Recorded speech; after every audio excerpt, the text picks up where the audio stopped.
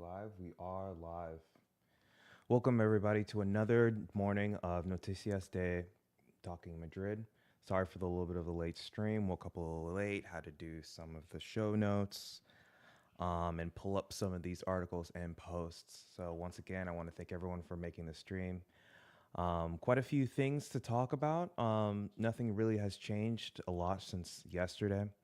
A lot of the talk is about Jurgen versus Alonso. I know that popped up a lot yesterday.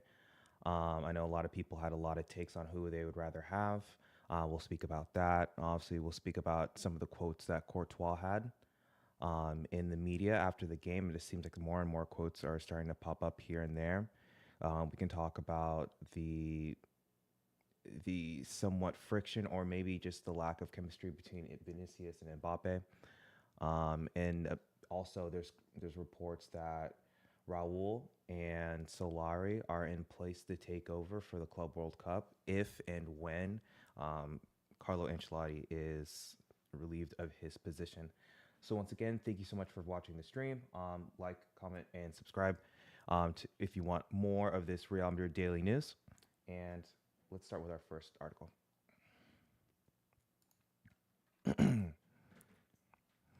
So this happened a little bit. I think Fabrizio Romano started his stream, and he talked a little bit about this after I ended my stream yesterday. But breaking situation at Real Madrid over the last 24 hours. It is very tense. Carlo Ancelotti's job is in serious danger.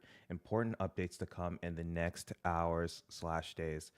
So a lot of outlets are kind of talking about this. I think that the writing was on the wall unless we had a somewhat respectable defeat or even comeback against Arsenal.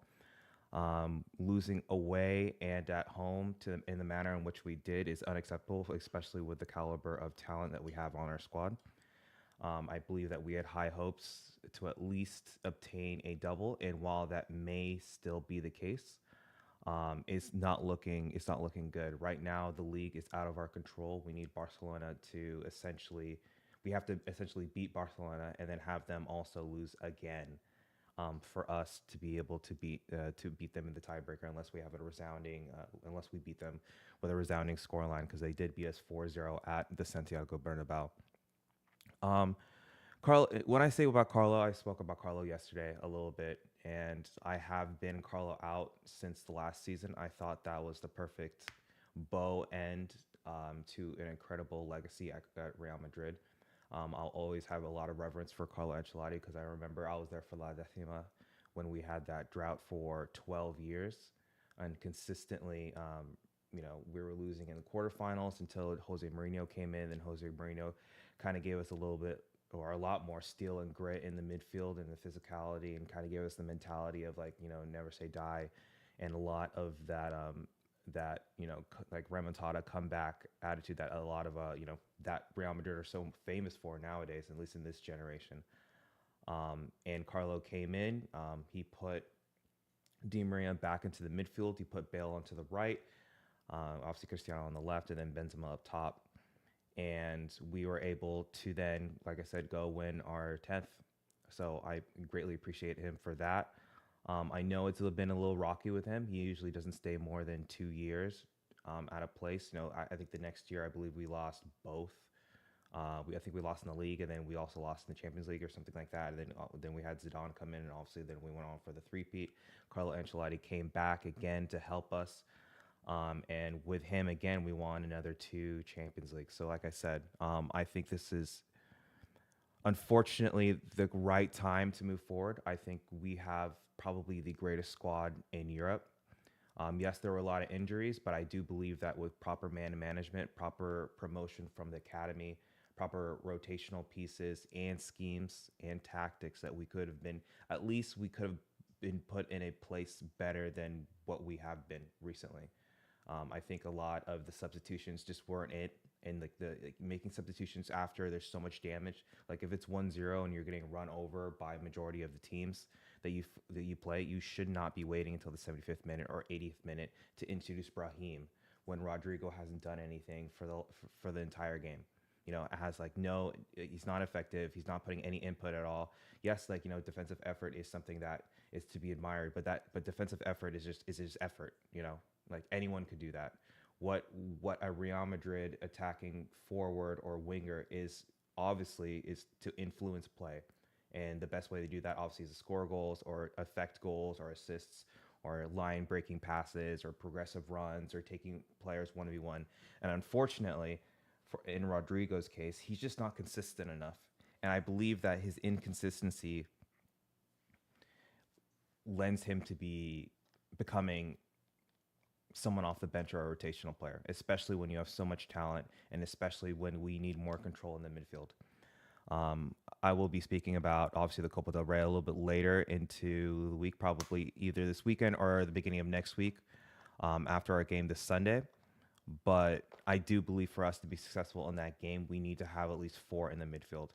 And whether that means probably most likely or not, Rodrigo is going to have to come off the bench because we need to play with the front two, whether it be that Vinicius and Mbappe. And we'll get to the report that it looks like Mbappe will be ready for that game. Rodrigo probably goes to the bench, keep the front two. We have a midfield of Tchouaméni, and this is where the problem comes. Are we going to put Valverde as right back? Are we going to put Valverde in the midfield? His best positions in the midfield. And I will give Lucas Vazquez credit where credit is due. He did do all right against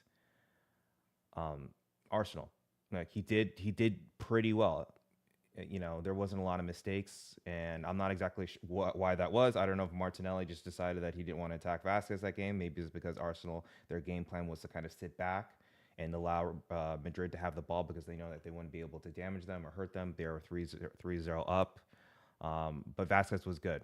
But probably what will end up happening is that you have Valverde back into the right back position. You have Asensio, Rudiger, and I believe they said, and I think as we go on, I think they said that Mendy might be back for that game, which will be a huge boost for us. Hopefully Mendy, because Alaba can't play anymore. I don't even know. Like it blows my mind, right? I would like to think that Alaba, if you were going to play Alaba, it should have been in a center back position so that he wasn't exposed out on the wide on 1v1s, because obviously he's just come back from injury. He hasn't played consistently in the past 18 months, and you're asking him to go in 1v1 with probably the best right winger currently in form in the world. And obviously, Salah's up there for debate, but you understand what I'm trying to say. I think at that point, I would have probably put Fran and asked Fran just to stay back, defend, use your pace, use your athleticism just to stay in front of Saka. Just terrorize him, just make it annoying for him. If you're going to play Alaba, you play Alaba as the left center back, you put Rudiger as the right center back, and then if you really wanted to, you can put Asensio as the right back because he's played there before. Raul Asensio is really good with progressive carries. With the ball, he has a pretty good diagonal, which could have helped Vinny and isolate him for 1v1s against Timber. Similar to what happens with Toni Kroos when he's able to switch the point of attack, the long diagonal for 1v1s and overloads. I would have probably gone with that. You put Valverde into the midfield, and then at that point you have a midfield of Tchouaméni, Valverde, and Jude, and then Vinicius, Mbappe, and Rodrigo. And if it was even me, Rodrigo wouldn't have started, and I would have started Ceballos. I would have had a midfield of Valverde, Tchouaméni, Ceballos. You have Jude as the number 10 or the attacking midfielder, and then you have Mbappe and Vinicius. And I think that would have been a lot more defensive cover. I understood that we had to score 3 goals, but I don't believe that the way to do it with the current tactics of Carlo Ancelotti, I don't believe that we should have gone with a front 3 because it has not worked all year. And then, like I said, they hit us on the break twice, and then it was game over at that point. I think we had to gradually get into that game, have a lot more possession, and then see where we're at, and with like 50 to 60 minutes into the game. But yeah, so back to this. I just think Carlo Ancelotti's job is serious danger. Important updates to come in the next hours and days from Fabrizio Romano. I think this is it for Ancelotti. Thank you so much for everything that you've done. It's just clear that over this entire season that he doesn't know how to get the best out of these players. I also think that his style and the way that he coaches, he needs experienced players. And while we do have, we do have two-time Champions League winners in our squad, they are still relatively young. And a lot of that, and you're asking them to be the leaders of this team now going forward. And before, you had players like Modric, you had Tony Cruz, you had Carvajal in the lineup, obviously Courtois, Mendy, and Rudiger. And now, right now, like you don't have any Tony Cruz. And it seems like all the reports that came out about like, the assistant coaches saying that Tony Cruz was essentially a coach on the field. I mean, I think it's pretty evident that was the case, especially with the fact that so many of the same players are in the team now.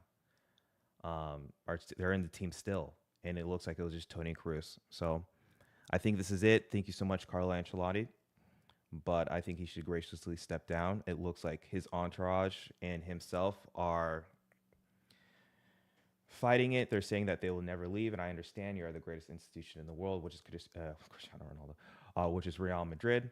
But I do believe that there is a way to graciously bow out, especially when the time has come.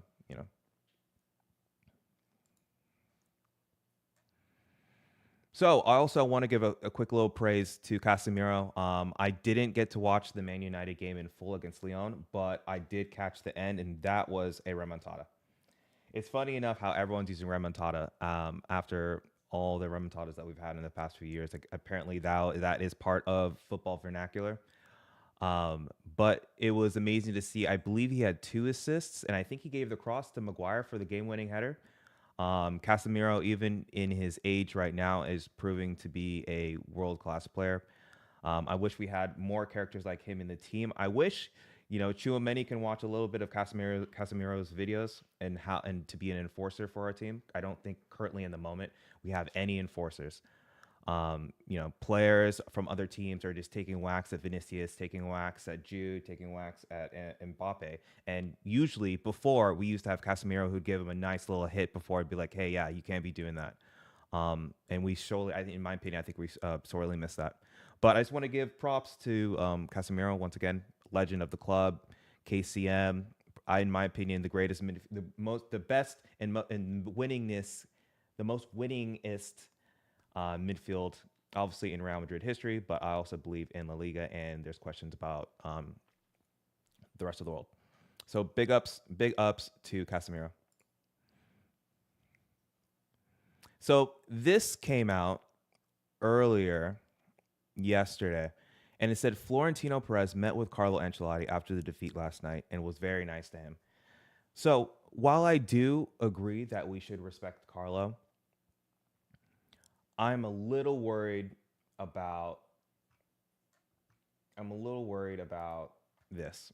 I remember when we lost to Barcelona and in the cup. What was it in the Spanish Super Cup final, where I believe we lost 5-2, and there was a camera that caught Modric and Florentino Perez talking, and at some point Florentino Perez was like, "Oh, like we can't win every year," and that was when I was like, "Oh God, this is going to be a season where." This is going to be a throwaway season. The board will not do any signings, even though we need the signings, and it's glaring that we needed signings. We needed signings last year, and they got complacent because we somehow got over the line. And thank God we had the legend that is Tony Cruz and Joselu that came in as an impact sub because we didn't have any forwards at the time. And Vinicius came alive at the latter half of the season, and Jude Bellingham kept us in the fight for 3/4 of the season.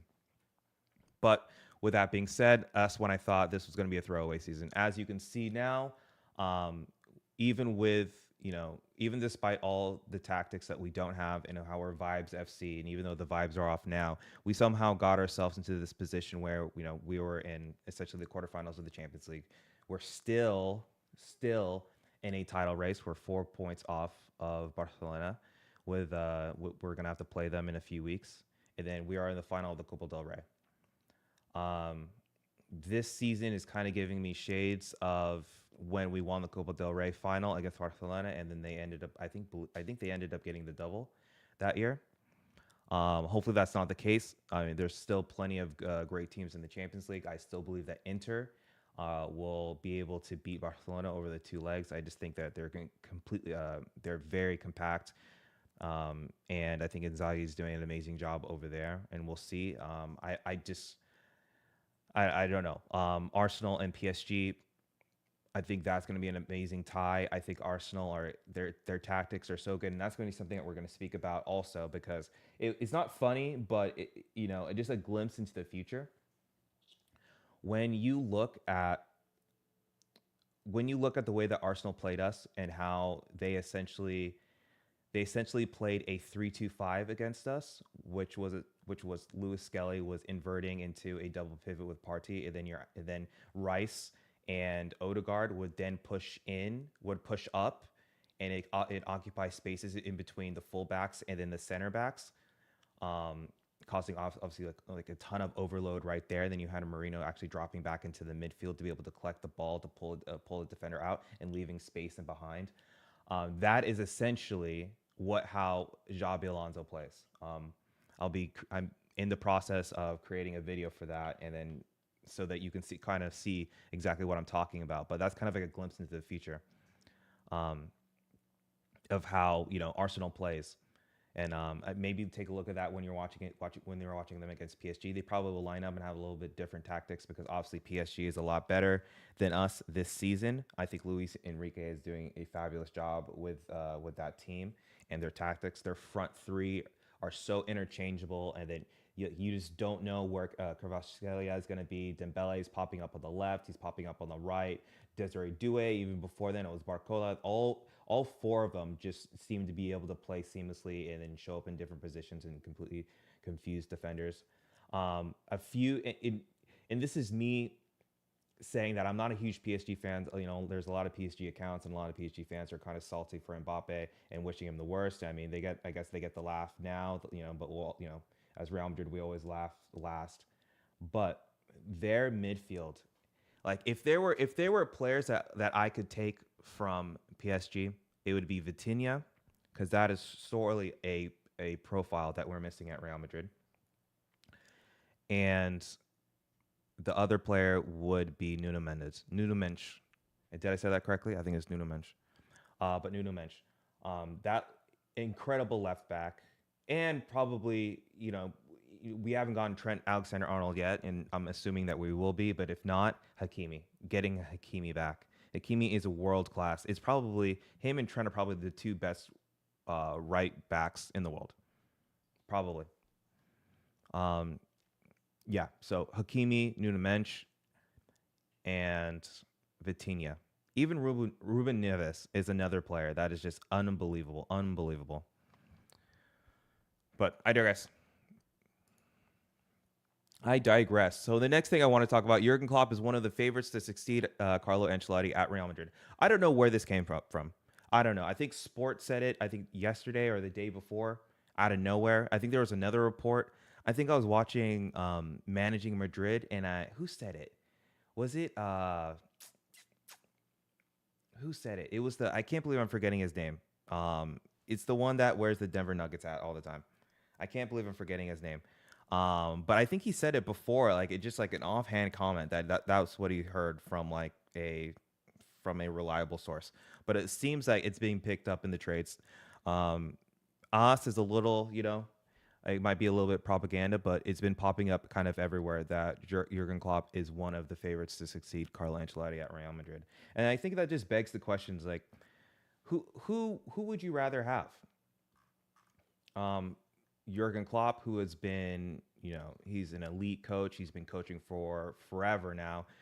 We've had many battles, back in the early teens when Cristiano and Benzema and Bale, and not even Bale, but like so much of that older team where we had to play against Dortmund and Klopp's Dortmund, and when I believe they had Lewandowski at the time, and he obviously made his switch to Liverpool, and we've had our battles against Liverpool throughout, the Champions League over and over again and stuff. So he's a well established coach. He's an elite coach. He has a well-defined system of play, well-defined style, the gegenpressing,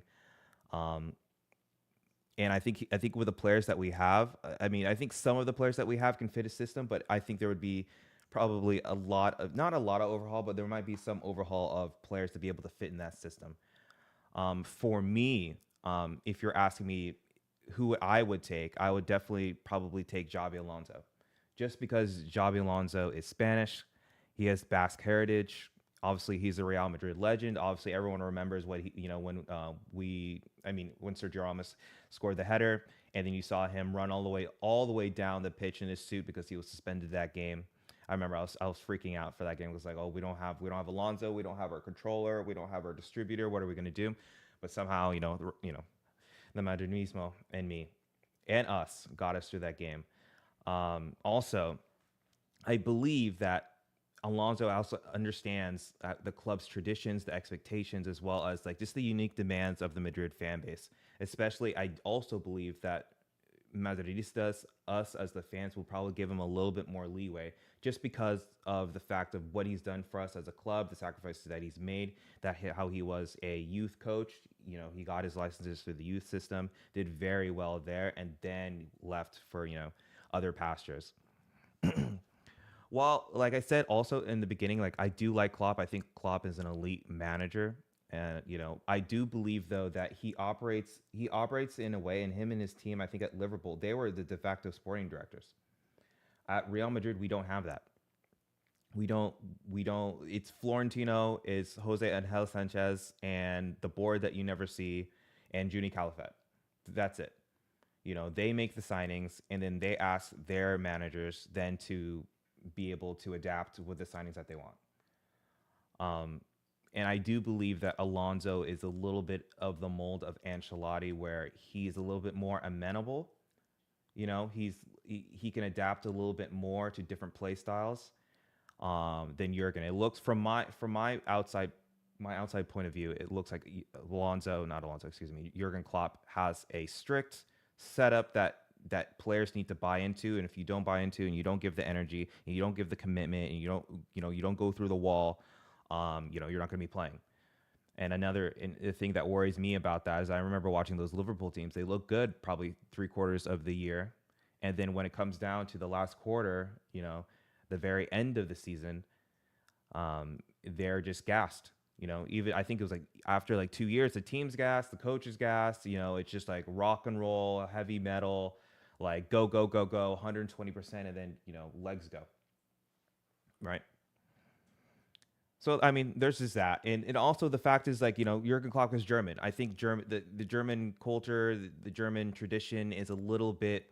I think I'm not saying that it doesn't work because obviously Hansi Flick is at Barcelona and they're doing amazing things, and that was probably my biggest worry when I think I stated that I think yesterday. It was like when I was a little worried when they got Hansi Flick because I just know how German football is. When we played the Germans, it's just I hate playing the Germans. It's just like they're just the way that they play, the efficiency, the practicality of it, and it's just that rock and roll kind of high press, high energy, and I just think that Spanish teams is kind of um, they struggle against the German opposition just because of the styles are so radically different in that. So like I said, with Hansi Flick, I was a little worried, and then like my worst fears came to reality. Right, he completely revolutionized and changed how Barcelona play, and now like a team that we used to beat for fun, that hadn't beaten us in how many years, are now just trouncing us 5-2, 4-0, and we have another two El Clásicos this year. Um, in the Copa del Rey, which is going to be in 2 weeks' time on Sunday, and obviously in the league. So we'll see. Um, Also, when we're talking about that, Xabi Alonso's coaching style, I do really like the 3-4-2-1, which obviously employs like three center backs, two wing backs, two midfielders, two attacking midfielders, and one striker. And I'm going to show you this. And the good, I'm going to show you this. I'm going to show you the lineup that I kind of came up with, and this is with the potential signings. And I'm hoping because, well, we'll see. We'll see. Hopefully, I don't want to say this because I want us to win a trophy, but I feel like the board will get away with it again. Um, if we win a trophy, I think they will try to find any way to keep Carlo Ancelotti. I don't know why. I don't know if we just don't have money and we can't buy people, or we're just trying to be financially stable and we're just trying to keep everything above board, and we're trying to. I have no clue. I don't know. But I feel like if we win the Copa del Rey, I think they will try and see and test the waters to see how the fans and everyone else reacts about it, and try to keep Ancelotti rather than actually doing what's needed. So it's one of those age old questions like are we willing to go trophyless this year for a brighter future, in my opinion, with a new voice, with the requisite signings to be able to compete in all the competitions which we will be in next year and beyond?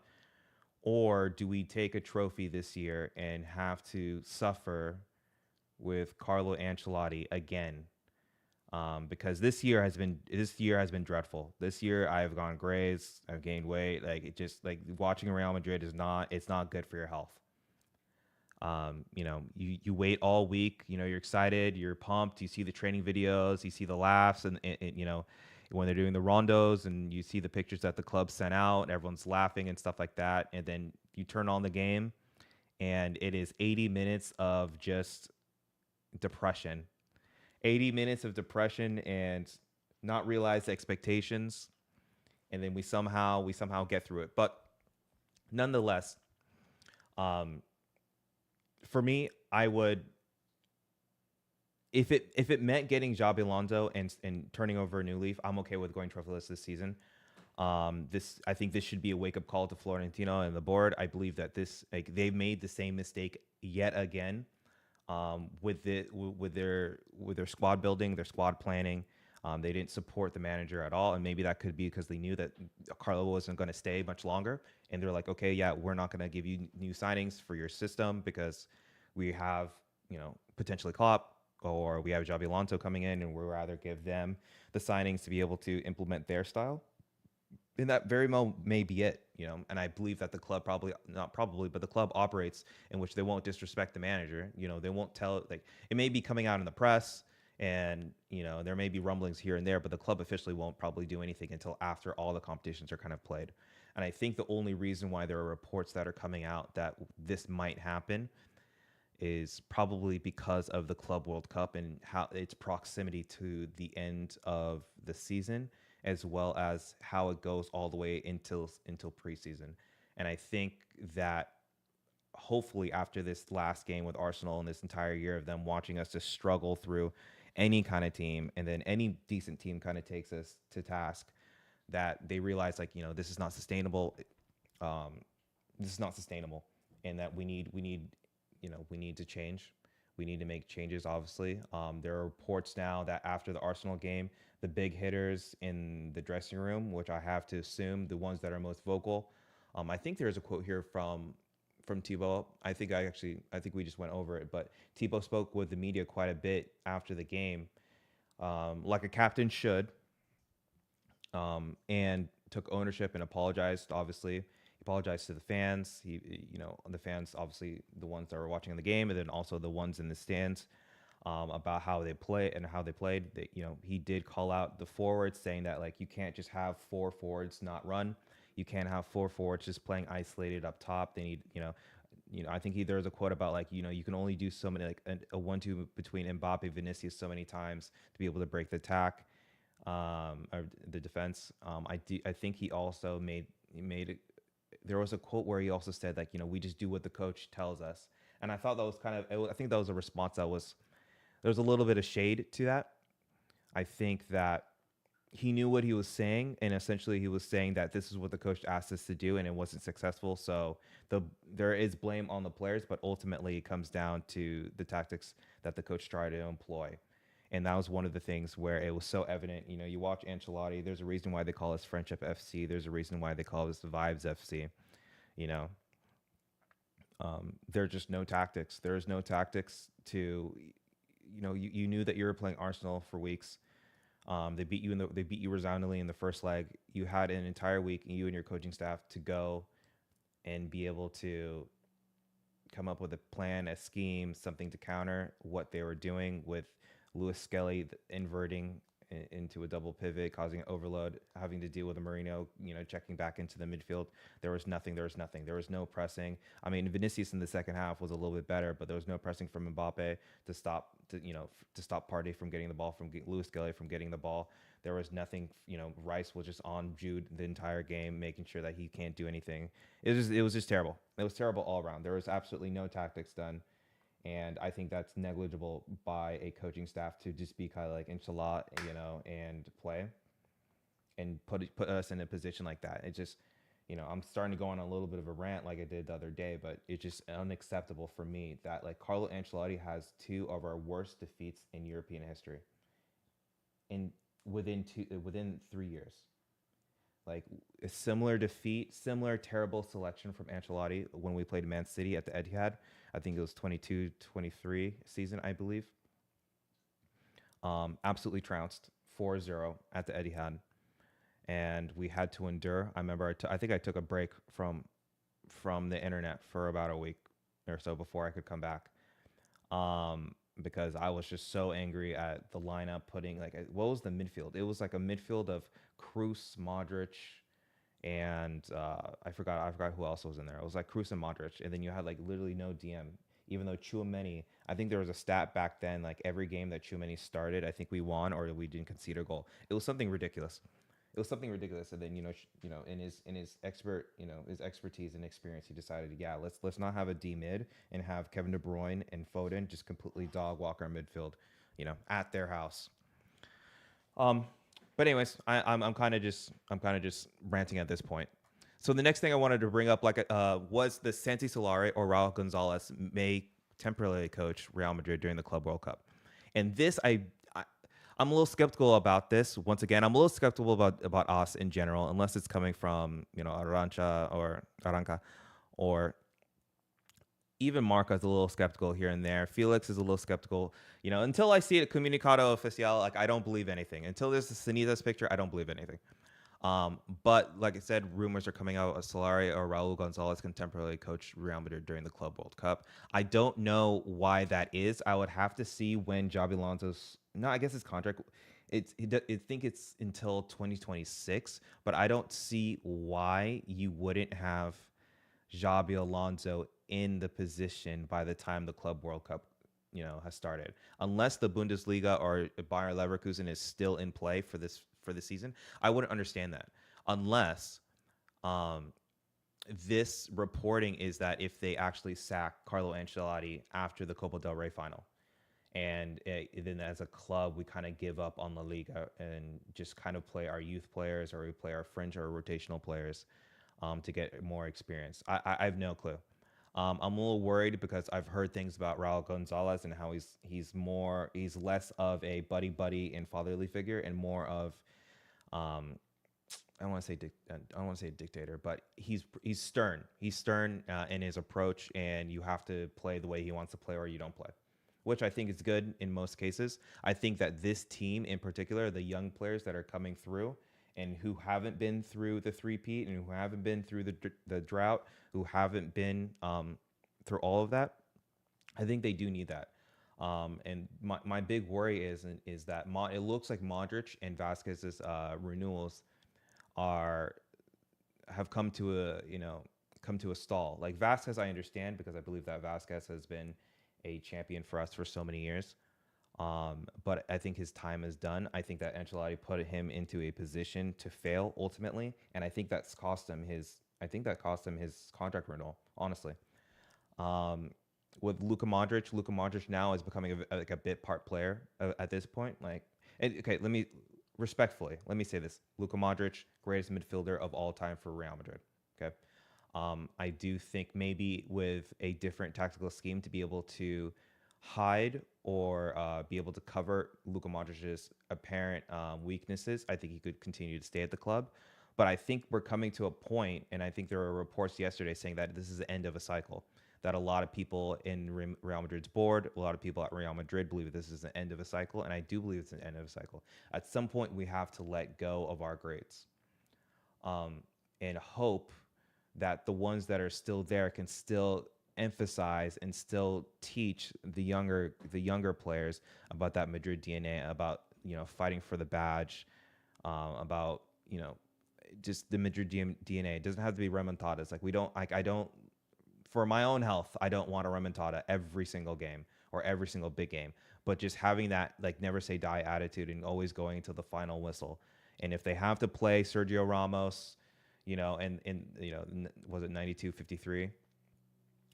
If they have to continually show that, or they got to show the pretty much the remontada UCL like in 2023, with Benzema coming back against PSG and Chelsea and all those games, City. If they have to continually do that, and just so they know, just so that they understand like what it means to play for Real Madrid, we have to do that. So that's why I'm really happy that Carvajal is coming back. I think, like I said, there's another report here that looks like Militao is back or getting ready to come back for the Club World Cup, which is good. And I think, and especially with Thibaut Courtois. So I don't know. I think that it's good that I think Solari and Gonzalez is good that we have options, especially if the board is planning to let loose Carlo Ancelotti. I'm a little worried about Raul because I don't believe Raul will leave if he gets the position. He has not left since he has started at Castilla, I believe, and there are rumors everywhere that Raul wants to be the coach of Real Madrid. And once he gets it, I don't think he will let go. And I think that his position in the club as a club legend has some sway. And I don't believe the board or Florentino would like this to go into the press, where it's a battle between the manager and the board. Something similar that kind of happened with Jose Mourinho, when Jose Mourinho was demanding transfers, and the board didn't want to do that and all that stuff. So I don't believe the club wanted to do that. So if there was a case in which Carlo Ancelotti is relieved of his duties after the Copa del Rey, I would rather Solari, because I think Solari is a little bit, I think the word of the day is amenable. I think he's a little bit more amenable with understanding that this is just as an interim job. This is not for the full. Get your paperwork, sign Alonso, talk with Alonso and his team about what he needs to be successful to be able to run his system, and then go from there.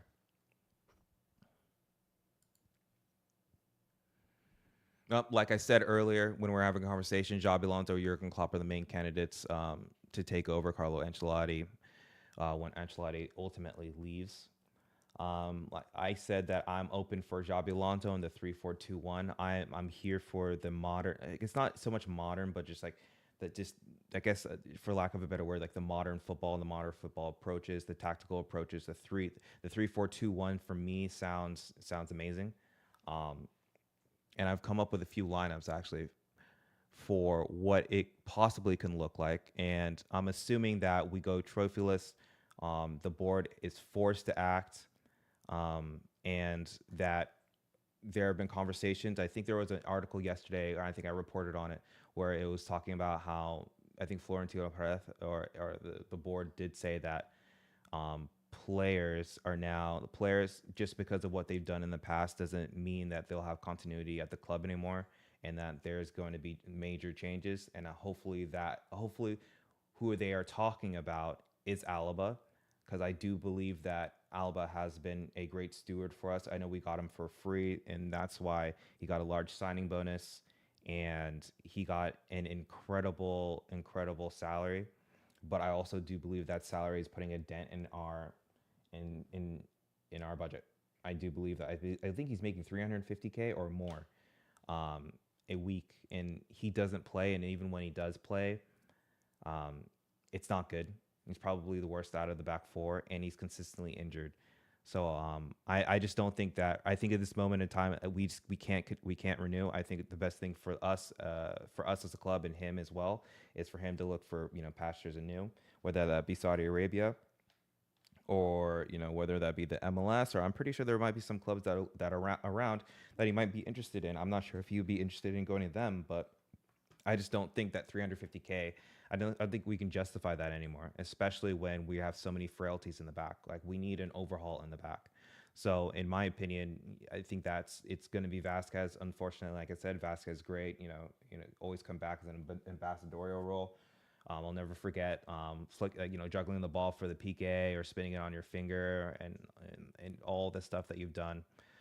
But I think it's Vasquez. I think it's Alaba. There's questions about Modric, and if Modric is willing to essentially take just like a captain in the locker room role, and I don't exactly believe so. I believe that Modric probably wants to play in the next World Cup. I believe he believes he can play in the next World Cup. And whenever he's with the national team, he seems to do well. I mean, obviously, for them, he's probably the greatest player ever in Croatian history. I don't know. I'm not Croatian, but I like to think at least he's in the conversation. And I think he wants to play. So I don't think going forward with a new manager who's going to ask us whether it be Klopp, where he definitely cannot fit in that system, or whether it's Javi Alonso, and I don't believe that he has the legs to play the full 90. So that means he needs to be a sub, and then even then we have young players who need to be developed. That's I think that's just a non-negotiable at this point. We have to figure out what we're going to be doing with Arda Güler. We need to figure out what we're doing with Brahim. Endrick needs development. Um, so and then also there's conversation about Nico Pass, like how long are we going to have him at Como? How long are we going to have him on loan? Are we going to loan him again to somewhere else? Or excuse me, he's not on loan. We have the first buyback or whatever that's called. Excuse me. So I guess he'll probably stay at Como until another club starts asking for his services. Because I mean, he's been killing it over there. Like very soon you're going to have EPL clubs sniffing around. So we need to make decisions. And I think at this point in time for Luka Modric's international career as well, I think that it's time.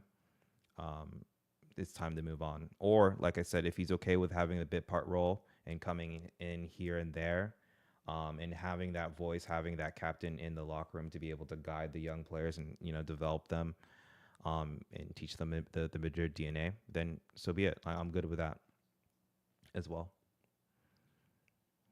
But yeah, so going back to more of the lineups, like I said, this was with the assumption that Trent Alexander-Arnold will be coming to the club. Van Dijk and Salah both signed renewals this past week or earlier or late last week, and we haven't heard anything about Trent. I don't know if that is good news. I don't know if that's bad news. That means I don't know. Like we didn't hear them having any kind of these discussions before for Van Dijk or Salah, so they could still be trying to work on a package. Um, and Trent may well sign this week or next week. We have no clue. But I think everything is kind of pointing to the fact that he will be here. Fabrizio Romano seems pretty steadfast that Trent is coming. I think KLOPP came out with an article yesterday essentially saying that he's already signed, and this is just more of a formality for after, Liverpool, I think, only need 5 points in the next two games to wrap up the EPL. So maybe we'll have an answer in the next 2 weeks. We'll probably have a definitive answer or a video from Trent saying that he's leaving Liverpool at the end of the season and about how much being a Scouser has meant to him. And then after we're knocked out of the Copa del Rey, essentially just like we're signing Trent. Or the way the club likes to operate obviously is just to wait until the end of the season after the 38th match 38. So there's that. So, and also on that point, Hoyson continually, him and his father are telling us to sign them. I am putting this into the air. I'm putting this into existence. I want Hoyson. I want him. But anyways, so this would be the predictive lineup for me. This is my lineup. So this takes a lot of inspiration from Xabi Alonso's Bayer Leverkusen. They have Asensio. For me, I have Courtois obviously in goal. Courtois is the best goalkeeper in the world. You have Raul Asensio that I think he really emerged from the academy and made. He's pretty much second in the pecking order for the back line. He's ousted Alaba. Obviously, Alaba's been back, but Asensio is our Ramos regen. And I think he's done an excellent job this year. I think he's acquitted himself stellarly. He bleeds for the shirt. He puts it all on the line, and I definitely see captain material with him. Rudiger has once again, we've played him pretty much every game for the past 3 years. Rudiger is us. Rudiger is our defensive stalwart and one of our leaders on the pitch. So obviously Rudiger would be here. If we get Hoyson, I believe we'll put him. And if Xabi Alonso wants to play a 3-4-2-1, we'll put him on the left side. He played left center back for Spain and the most recent international break. I think they were playing Netherlands, right? And I think he got a cameo, or not even cameo. He got a cameo, and then I believe he started the next game when they played Netherlands, and he had a lot of progressive runs. He can make those diagonals over the top. And I think I think he played Lamine Yamal for the winner against Netherlands. I think he played a left footed diagonal to Lamine Yamal. Lamine Yamal controlled it, cut in, and then obviously bent it, back post or far post. But I definitely see him. He can play air. He has somewhat pace. He's what is he, like 6'5", so it's good. He's good aerially for us as well. And I think this backline would be pretty solid. And then when we were looking at wing backs, this is where I get actually no. Let me go to the two defensive mids. The two defensive mids, in my opinion, would be Valverde and Tchouaméni. I think Valverde is excellent. He's an engine. He can get up. He can defend. He can help cover. He can help cover if Trent, is going up and bombing this flank. He can also go up himself. I think he's one of the best progressive carriers in La Liga right now. He has a great and stellar far range shot. And obviously, in any lineup, you need to have Valverde in there. In any Real Madrid lineup, you need to have him in there. I put Tchouaméni over Camavinga just because Tchouaméni is, in my opinion, better defensively. I think in this current lineup, you have enough profiles that are similar to Camavinga to be able to add something, a different profile. And while like I think maybe Tchouaméni doesn't display this enough, but he is excellent at progressive passes. If you look at him when he's with France and they have a different system, he completely is a different player with France than he is with Real Madrid. And I think that's probably due to the fact that there are no tactics and there are schemes for him at Real Madrid. And he's a little bit more confused. So I think that with a proper setup, a proper style of play, proper tactics, I think that he'll be a lot more comfortable. I think a lot of our times the players that we have right now in this defensive position are not given very many instructions, because there's plenty of times where you'll see where Courtois will have the ball and we need to play out, and then you have the forwards kind of occupying spaces between obviously the two center backs, so they can't play out from the two center backs, and then obviously the wings are on the wide, and then there's times where Courtois is looking to find someone or looking for someone to give him an outlet pass or someone to be able to break the line of pressure or and then you have Valverde if he's usually not there. Usually it's Tchouaméni. It's Tchouaméni and Valverde if they're playing the double pivots. Both of them are kind of looking at each other like, who's supposed to be collecting the ball here? Is it you? Is it you? Is it me? Is it me? And then by the time that they figure it out, it's too late. And Courtois has to hit a long ball to Vinicius or Rodrigo, which obviously they're going to lose because they're like 5'7".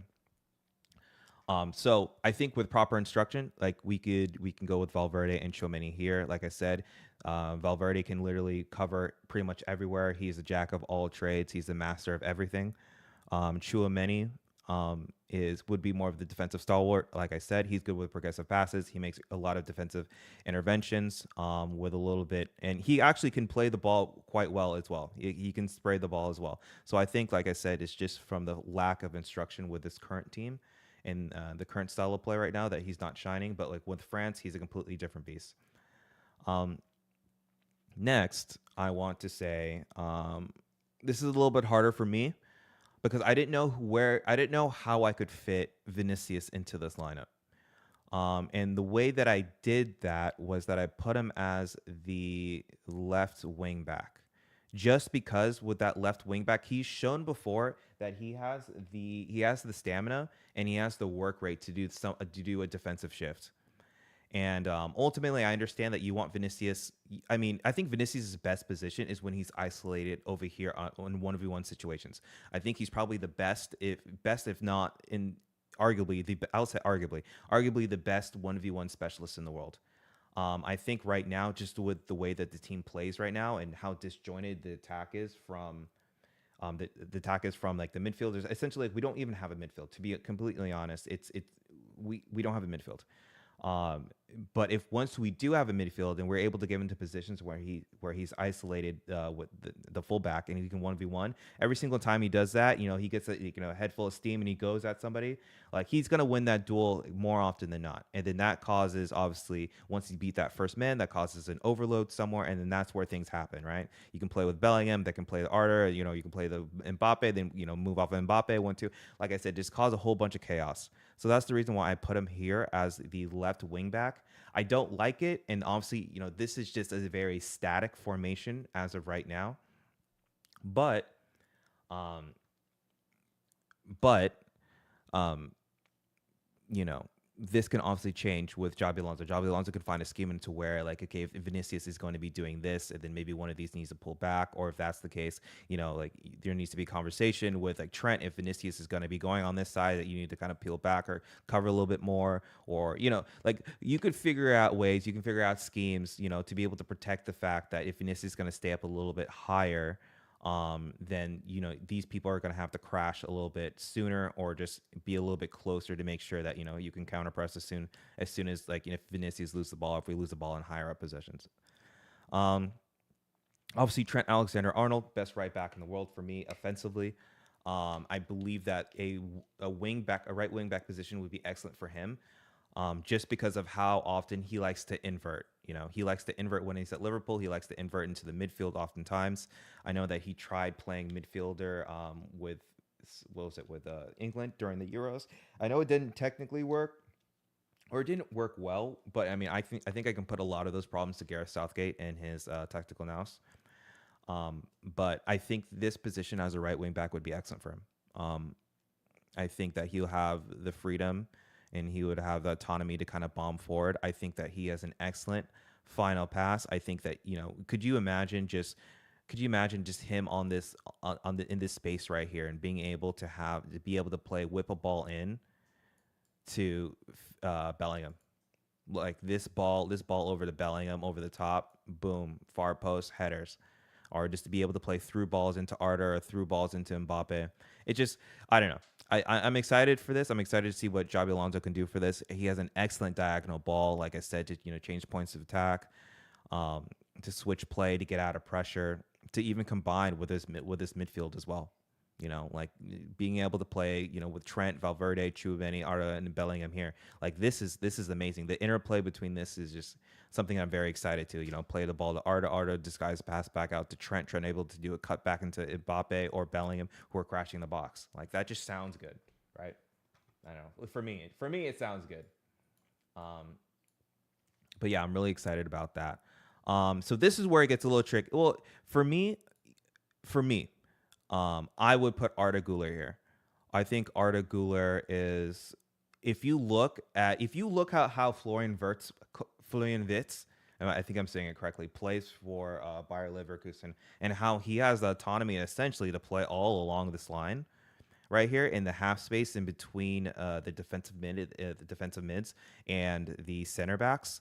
I think Arda Güler is probably the closest in profile to Florian Wirtz.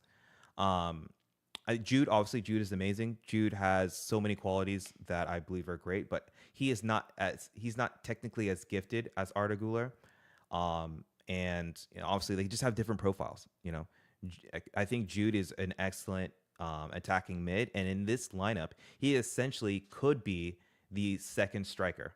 I believe like I said, I'm gonna have a video out pretty soon about how it could look like and what the roles of a lot of these players would be in a tactical scheme like a 3-4-2-1 for Xabi Alonso, and how he can translate his successor Leverkusen over here with a squad that we'll have here at Real Madrid. But I do believe that Arda Güler is the missing piece in this lineup, because you need someone to be able to play these players in. You need someone to have a little bit of creativity. You need someone a little bit more technically gifted in positions like this, as well as Arda probably has the best shot technique on our team.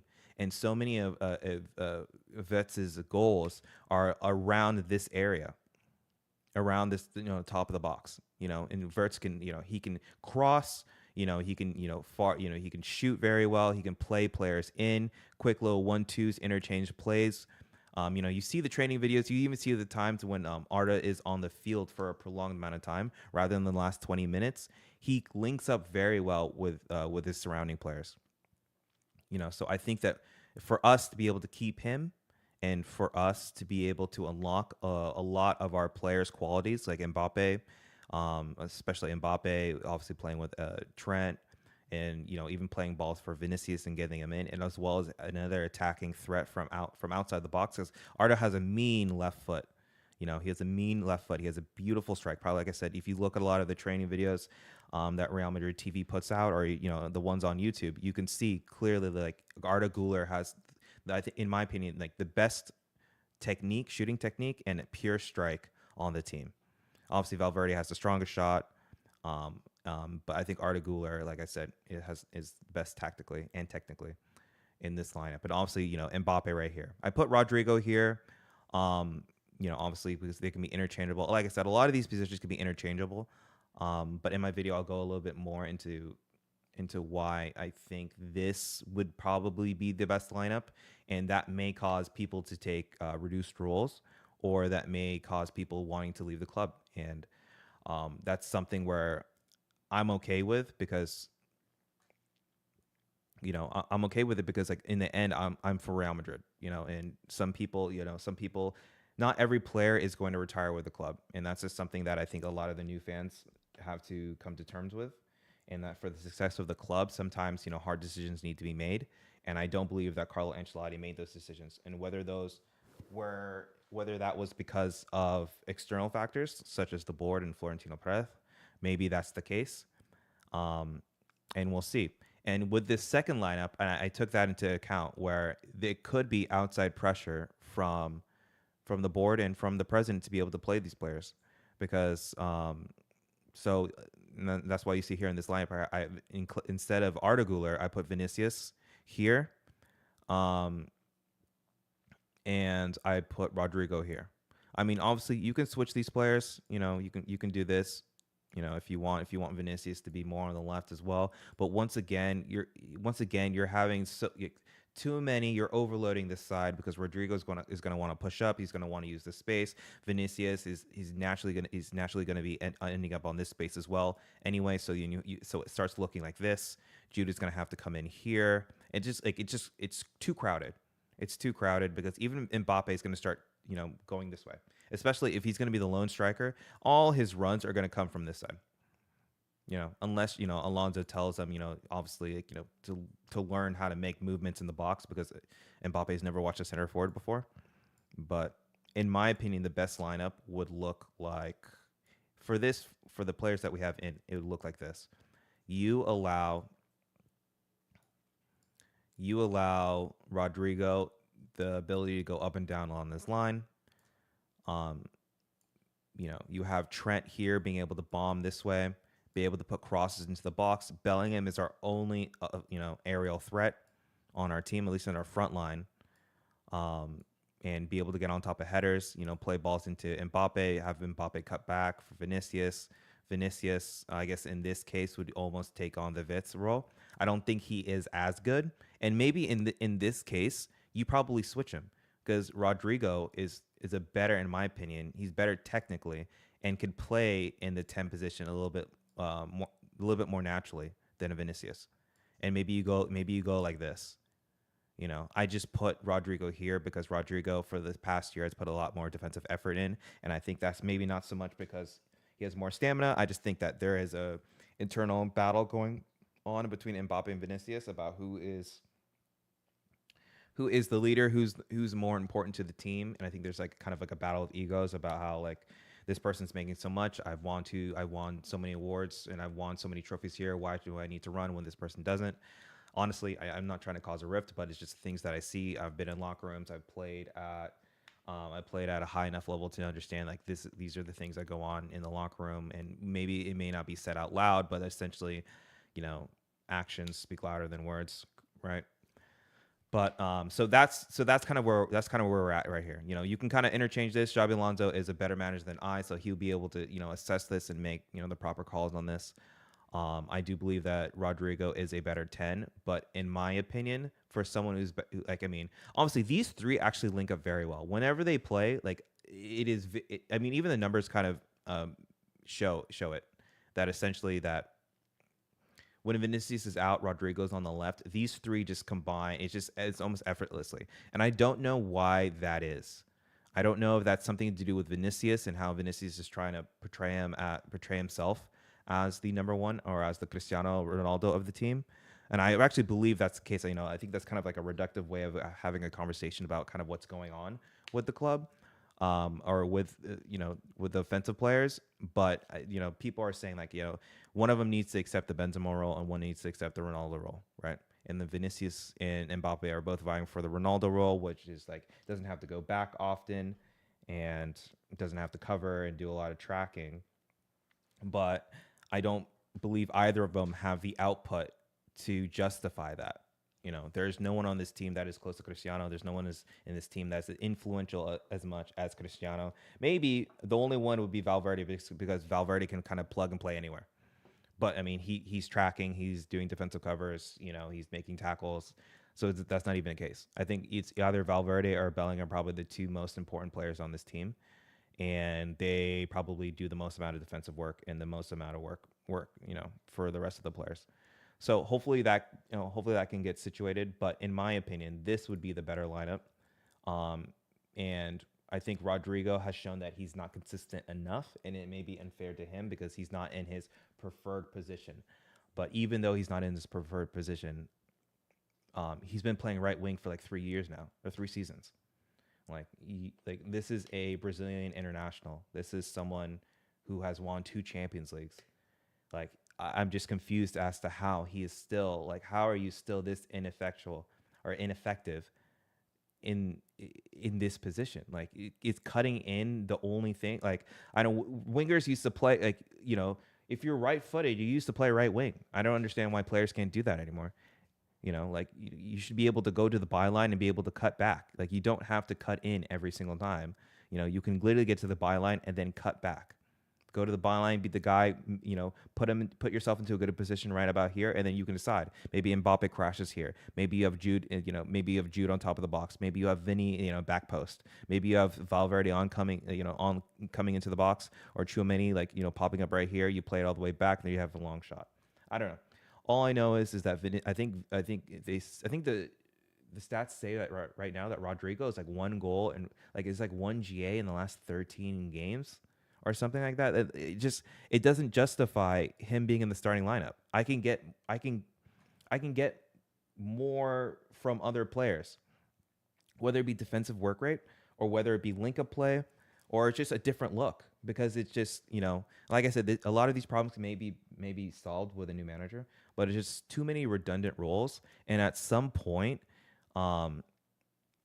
it's at some point, you just have to make a call. You have to make a hard call. And then if Rodrigo's not willing to come off the bench, or if he's not willing to accept the role that he would like at Real Madrid, then that's when we need to have a conversation, the conversation hopefully without the Instagram posts. But for me, like I said, I think this would be the best. This would be the best lineup for me. Vinicius gets this whole left flank. We have enough defensive cover with obviously Rudiger, Huijsen, Asensio, Tchouameni, and Valverde. I think this 5 is amazing. Like, look at that. Look at this. Cover, defensive actions, progressive runs, progressive passes. Being able to, like, Asensio literally can do long diagonals better than Rudiger. Asensio can do long diagonals. He can progressive carry. Same as Huijsen. Huijsen can do long diagonals this way, progressive carries this way as well. He has height, physical, and has a lot of athleticism. Height, athleticism. He's not short by any means. And like I said, progressive passes. Key passes. One of the higher GAs, expected GAs with a per 90. Obviously, what Bellingham provides. He's pretty much a master of all, jack of everything.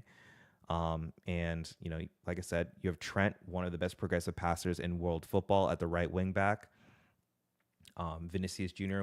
probably in the top you know, arguably the best 1v1 specialist and all that. Like, so this team, in my opinion, this is the ideal team. I don't know how it'll work. I know there's conversations, and like I'm not going to go into much detail, right now, but there's conversations about how Xabi Alonso likes to have a controller in the midfield, right? So in this, like right now, this team will excel in transitions, vertical play, and directness, but it lacks an actual pure tempo setter, something similar to like a Tony Cruz.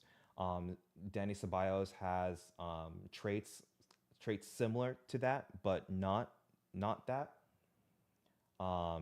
It's something similar, but obviously it's not to the same percentile as Tony Cruz. So what do we do here? This like, Xabi Alonso likes to have one of those kind of players in there. So who would fit a system like that? And right now, during international break, there was some rumblings about how we were somewhat interested in Zubamendi. Zubamendi at this point, as he averages like 1.5 tackles a game, one interception a game, 93 passing accuracy in La Liga. He completely sets the rhythm for Real Sociedad. Rarely loses the ball, excels at recycling play and averaging about 67 passes per 90, which is pretty good. Another player that could fit this role would be Enzo Fernandez. I don't know how well or how, if that's even possible, because I understand how Chelsea signed these lifetime contracts to these players and they willingly do so. He has an 89.5 passing accuracy, 1.6 key passes per 90. He's a little bit more progressive and can control pace and also break lines.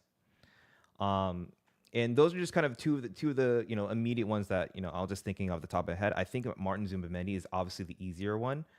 Out of the two, I believe his release clause is I think it's about like 50 euros, 50. I think that's his release clause. But I do know that Arsenal has been working on this deal for forever. So I don't know. I don't know why it's been taking them this long to sign Zubamendi. I don't know if Zubamendi is kind of just. I don't know if there's been backdoor conversations with his entourage about the fact that Xabi Alonso is coming in, and Xabi Alonso is a huge supporter of Zubamendi. They're both Basque. They both play for Sociedad. And he is not the same player as Alonso. Alonso obviously was a tempo setter. He was a deep lying playmaker. He was a recycler as well. So I'm not exactly sure. Maybe that's something that's happened. I know this happened before with Guardiola and Kevin De Bruyne when I think Bayern, what was it? Bayern were interested in buying Kevin De Bruyne from Wolfsburg, and apparently, Guardiola's entourage told him to wait. He's moving to the city. He wants him to be the stalwart there. And then guess what happens? Next thing you know, Kevin De Bruyne's at Man City. So yeah. So that's my predictive lineup. Obviously, like I said, I'm gonna create a video that will be up on Talkin Madrid. I think it'll be on Talkin Madrid. I think that one might be on Talkin Madrid Clips, which I might change the name to Talkin Madrid Extra. But I will put it on my socials on Twitter. So look out for that. Like I said, I will be blasting that. I'll be pumping out that video pretty soon, especially with like how the defense schemes with 3-4-2-1, or how that can be into it's a very fluid system that can turn to a 3-4-3, or it can go to a 4-3-3, and then a lot of times when defending it ends up being like a 3-2-2-1. But yeah, just look out for that video. So just to kind of wrap up this stream here, we've kind of talked about a lot of this. There's no breaking news as of today. Just Carlo Ancelotti is expected to leave Real Madrid after the Copa del Rey final. Figures at the club, including players, believe the change of coach would be beneficial. Like I said, there were a lot of reports that came out yesterday and the day before that a lot of the senior players and a lot of the players, the big hitters per se, were stating that there were no tactics, there were no plan to go up against this Arsenal team, and that they essentially were left out there to hang. There's the videos that are circulating with Bellingham and Camavinga not agreeing with what Ancelotti was asking him on the touchline. And I think it's just kind of evident throughout the entire year. Ancelotti has made comments as well in the press conferences saying that a lot of people think this is all my fault, but that's not the case. I need the players to do what I tell them, what I'm instructing them to do. I think there was a comment or someone came out with a quote about how like all Ancelotti asks is to suffer and mentality and commitment. And to be honest, I that sounds exactly what he says in the press conferences, you know. And I think with how advanced the game has gotten and how all these teams have different systems and they have different systems, they have different tactics, you know, whether it be like relationism or whether, you know, I just think the game has advanced too far, especially with advanced metrics and with all the technology around. Like you can't just ask players just to be, you know, just to suffer and run and and believe that you're going to win. Like you need to have systems in place to be able to counteract what another team is doing. If a team is imposing their style on you, you have to make in-game adjustments. Your in-game adjustment can't be, yeah, let's put in Brahim Diaz because he's the sixth man up or the 12th man up on the sheet. You know, you need to make tactical decisions. You need to be in the moment. You need to be able to recognize what's going on, whether, you know, you're using your staff or you have the people up in the box telling you kind of what's going on, and then be able to adjust accordingly. And if you're adjust accordingly, it's just like calma, chew gum, you know, and remontada, then for me it's getting a little tiring, you know.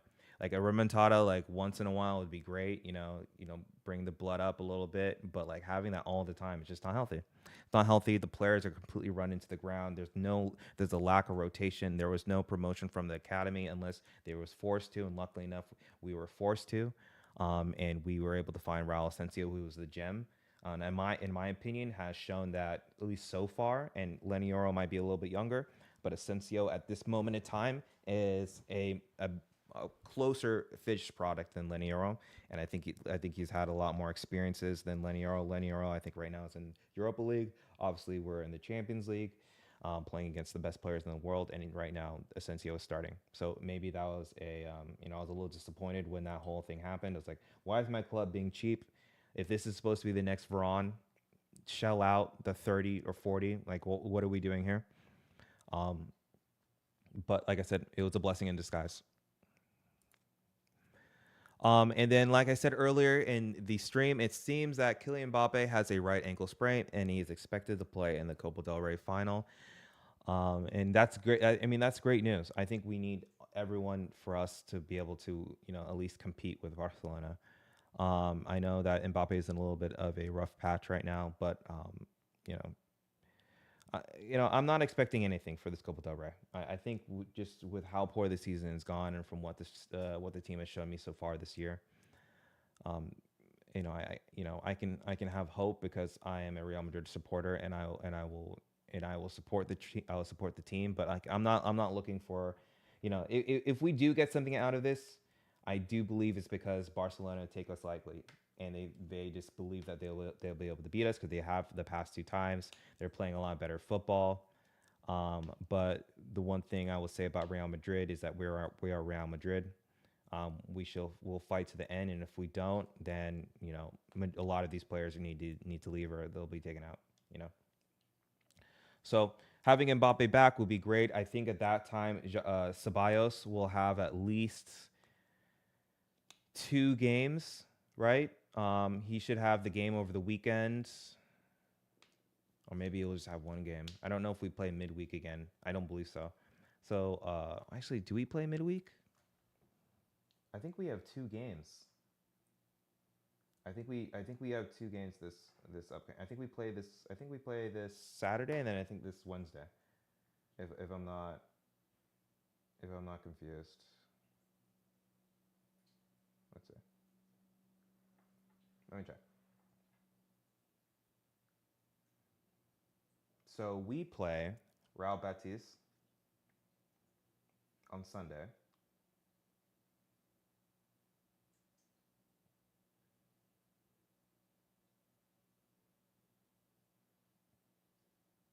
and then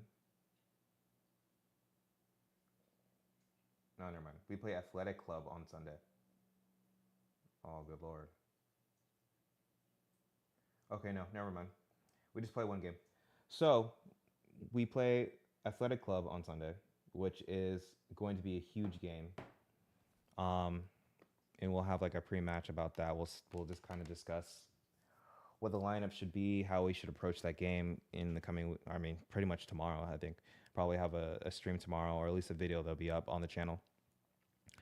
And then we have the big game against Barcelona, and I think all going up to that week, we'll have videos going out, we'll have streams. I want to hear what you guys have to say. What kind of lineups you think that we need to have for that? But I think we'll have everyone back for that game.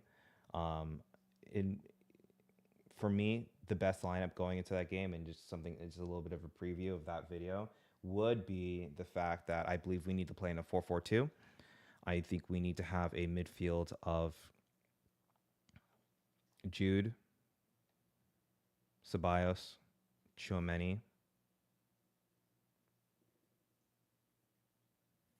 and probably Camavinga. And then you put Valverde as the right back to be able to handle Rafinha.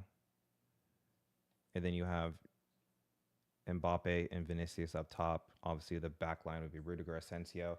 And then you have to make a decision on who you want defending. And I think I saw a report somewhere that Mendy should be back. I think Mendy should be back for that tie.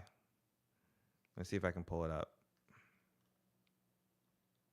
Oh, new report just in. Real Madrid's left back next season will be Mendy, Fran Garcia, and David Alaba. Oh my God, we are not serious. My club isn't serious.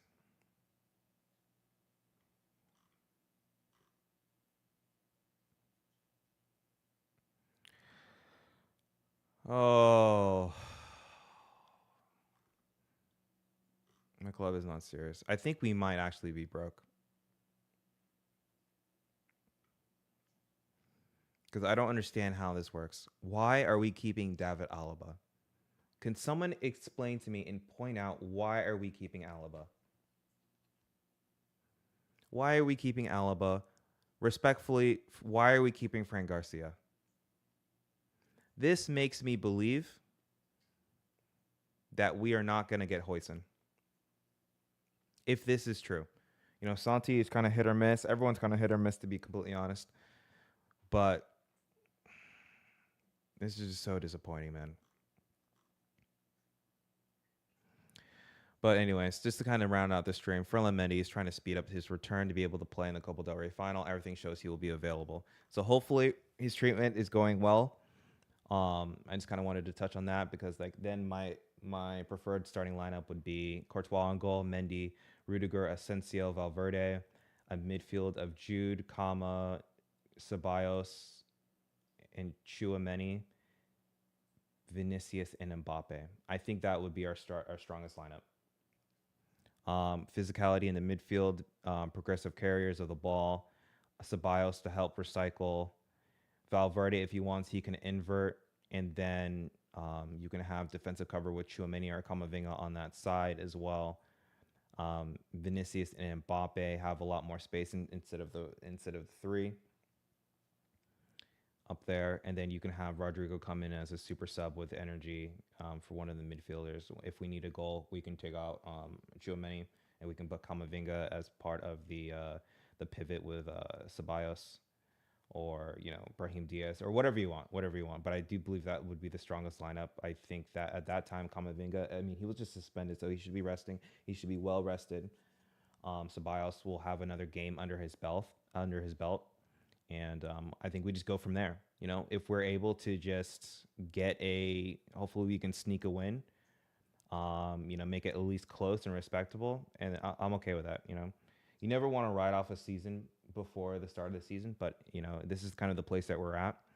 I'm not defeated. I'm just looking forward to the future, and I'm just hoping that our board. This is the point where I'm saying, when you see stuff like this, it's I don't understand why our board just will not be proactive. Do we need, or do they just want us to have another drought in the Champions League? Are they just so full of the fact that we've won 6 out of the last 10? It's going to be 6 out of the last 11 pretty soon. Are they just so full with success that they're just going to be reactive rather than proactive? Because I don't understand why you don't move off from this contract. You not selling Alaba and then keeping Militao and then having Joan Martinez. And then I don't know about Jacobo Ramon. I don't think he signed a first team contract. At least I know Asensio will. You are essentially saying that you're willing to keep these people and not sign Dean Huijsen, who is begging you to do so and is starting already in the EPL, and he's Spanish, and he's 19, and he's 6'6", and he can play with either foot, and he can progressive carry. Like I don't understand the logic. I don't get it. I don't know what I'm watching anymore. Like I said, it has to be something with the stadium. It has to be with the news ordinances. It has to be with the legal fees. It has to be the fact that we have to pay back the loan or something. But like, I don't understand how a club that profits $1 billion every year just doesn't have any money or acts like they don't have any money. Like, get off of this contract. Sell him. Buy back Miguel Gutierrez. Miguel Gutierrez is better than these two. What are we waiting for? Ferland Mendy, I'm okay. You can keep him. He's better defensively, but he's not reliable. He's always injured. Get Huijsen. Your next center back pairing should be Asensio and Huijsen. Don't bank on the fact that Saliba might come in 2026. Is that where you're saving your 100 million? You can easily get Huijsen, win the Club World Cup with Alonso, and then have money for Saliba.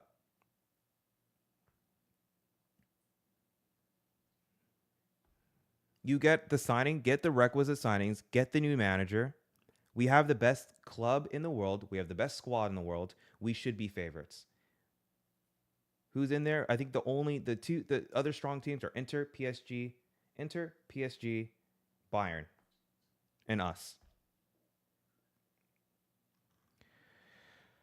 All right. Well, thank you everybody. That's it. Thank you everybody for checking out the stream. A little bit of a rant in there. There wasn't a lot of news today. I think more news came out yesterday, but I just kind of want to speak to you guys, see guys where your heads was at. Let me know if you're watching this on the VOD or in the chat. Let me know what your thoughts about like what's kind of going on with the club, what's going on with transfers, what's going on with we make all this profit, we can't buy any people. What do you guys think about the differences between Klopp and Ancelotti? I'm in the camp Alonso. Or Klopp or Ancelotti, Klopp or Alonso. I'm in the camp with Alonso. I think Alonso has obviously played he's Spanish. He understands the league. He also played for us as well for a few years. We won La Decima with him. He went off to play with Bayern with Guardiola. He's doing an excellent job at Bayer Leverkusen. I believe he plays with the modern approach, the modern tactical schemes. I believe also that he understands Florentino. He also coached at the youth level. And I believe that his structure and his system better aligns with the players that we have currently at the club. And he also, in my opinion, there would be less friction between him and Florentino Perez, because Florentino Perez ultimately is our president into the foreseeable future, especially with the new rules that they made, that no one else can essentially go for election. So I think this is kind of the world that we live in. We live in Florentino's world and the board, and that's it.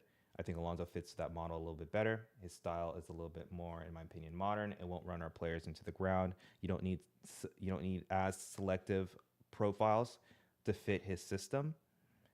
And yeah, I think he's ready. I know Klopp said that he needed to take a break. He needed to take a sabbatical from everything that was happening at Liverpool, whatever those reasons may be, whether it's like the lack of funding, whether that's just the stress of being in the EPL, whether he needed a new challenge. I'm not sure, but I'm sticking with Alonso on this one. You guys will see in the video. Really exciting stuff. For the future, we have Athletic coming up. That's going to be exciting. It's a must-win game for us if we want to keep our titles alive. After that, we have the Copa del Rey. We have a week going to the Copa del Rey. I'm pretty sure there's going to be tons of content from tons of other content creators, a lot of podcasts, a lot of protective lineups, a lot of tactical schemes, and I'm gonna try to be consistent with you guys as well on that and have videos out with that, at least the tactical approach to it. Um, I love using this. Like this is I recently got this. Where is this? Like this. I love this app right here. It's talking about like what we can do with the ball here. And like it's cool animations. We can talk about who makes runs here, who makes runs here, who kind of pulls back. So many stuff, so much stuff, so much stuff. So I'm really interested. Can't wait for that. Thank you guys so much for joining the stream. You know, like, comment, subscribe. Follow me on socials on Twitter. Follow me on there. Subscribe on YouTube. Follow me on Twitch. There'll be a lot more content. I'll be a lot more consistent about it. Life has kind of been in the way, but I'm coming back. We're in a little bit of a therapy session right now, but let's try to finish the season out strong. Hopefully, we'll give a good send off to Carlo Ancelotti. Hopefully, we have a new manager by the time Club World Cup kind of rolls around. Hopefully, we get some of those signings. I mean, not hopefully, we need signings. And hopefully, the board understands that Trent is not enough. We need a new center back. We need ideally a left back, and I'm going to choose. I'm going to be willfully ignorant and choose not to believe that last tweet about how we're going to keep Alaba and Fran and Mendy as our left backs. It's absurd. But yeah, like I said, like.